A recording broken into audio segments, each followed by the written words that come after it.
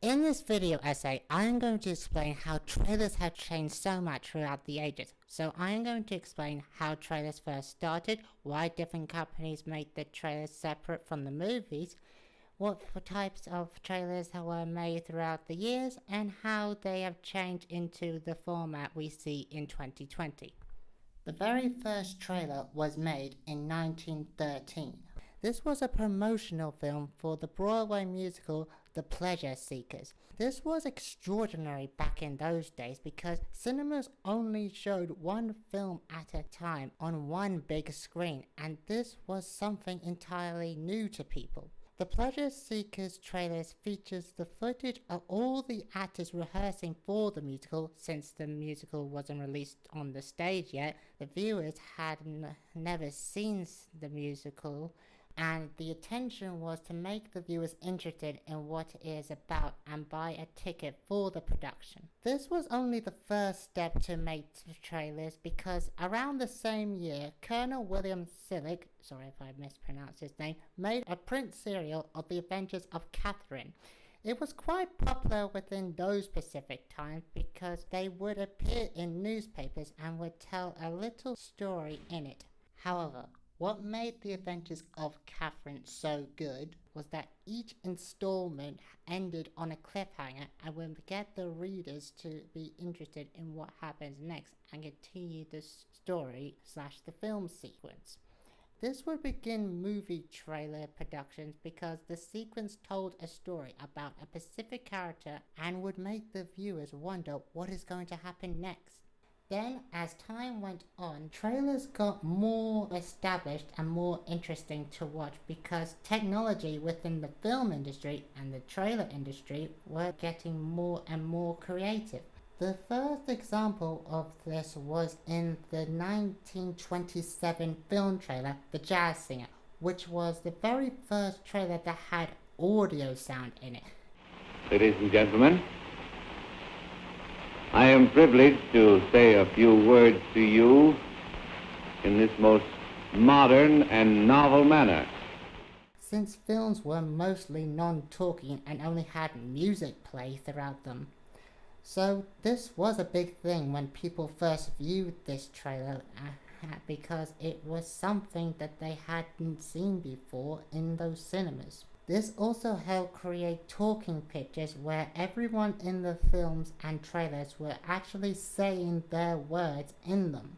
Then, in 1929, a trailer was released for the film It's a Great Life.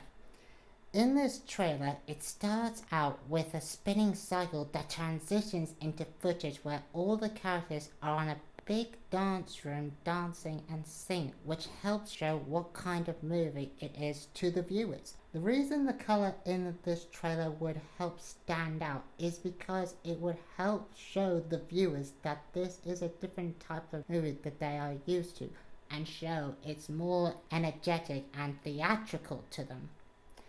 Then, within the next few years of the trailer industries, trailers would feature voiceovers by people / actors who described what the films were about.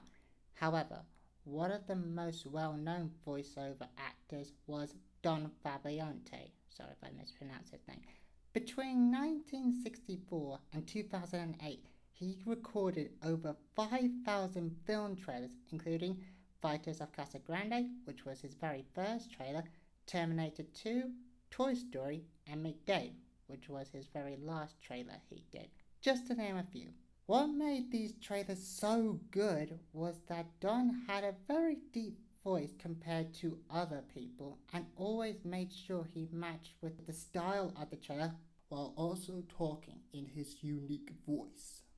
Then, finally, in 1973, the film trailer for Westworld was the very first trailer to have CGI in it, or computer-generated imagery for short.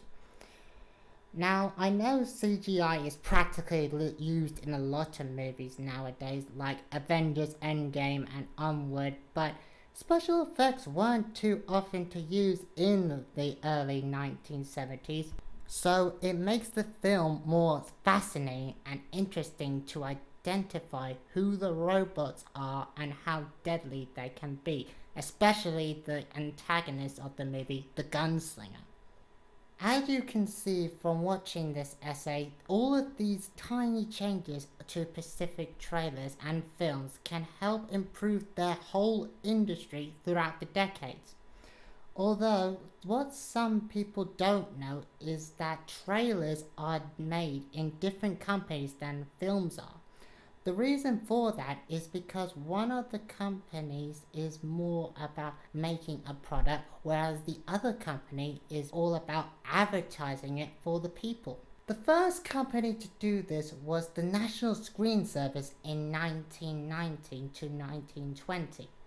The company originally started as people taking film stills and adding the titles to advertise the film. Then, as years went by, the company grew and grew by having many studios contracts to allow them to advertise their films, including Paramount Pictures and 20th Century Fox. In fact, in the 1940s, they made posters and paper advertisements for a lot of films belonging to just about all of the well-known movie studios in Hollywood.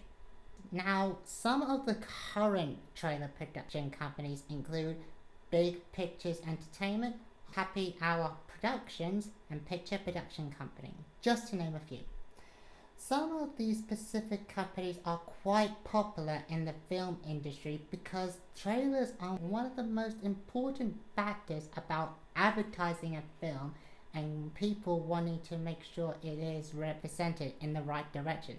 That way, when the viewers actually see the trailers for the first time, they understand what the movie is about and they will find out whether they want to see it or not, and whether they find it interesting for a certain target audience. One of the most popular film trailers that are out there is Star Wars Episode 4 A New Hope, which was first released on the 25th of May in 1977. When people saw the original trailer, they were completely amazed on how it looked, and the film became so popular, not only did it receive a total of $775 million in America, it also created a franchise of sequels and prequels in that universe, which shows how great the original trailer was for the first film, A New Hope. Then, just recently in 2019, a trailer was released for the latest installment in the Star Wars franchise, The Rise of Skywalker. One of the first trailers to come out was the D23 special look version on the 26th of August of that year, which features footage from all 8 previous movies and still show a bit of the actual film. This shows how long this saga has lasted, and this will be the last movie in not only the sequel trilogy, but also in the whole main storyline in the Star Wars saga. Then, when the movie came out, it received a total of $1.074 billion worldwide and was the 7th highest grossing movie in 2019.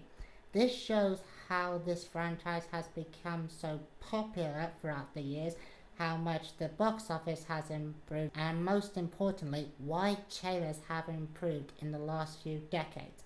Well, thank you so much for watching this video essay. I hope you all learned a lot about what differences between making films and making trailers and how they have changed throughout the last century. Thanks for watching my video, and I hope you all learned a lot about making trailers.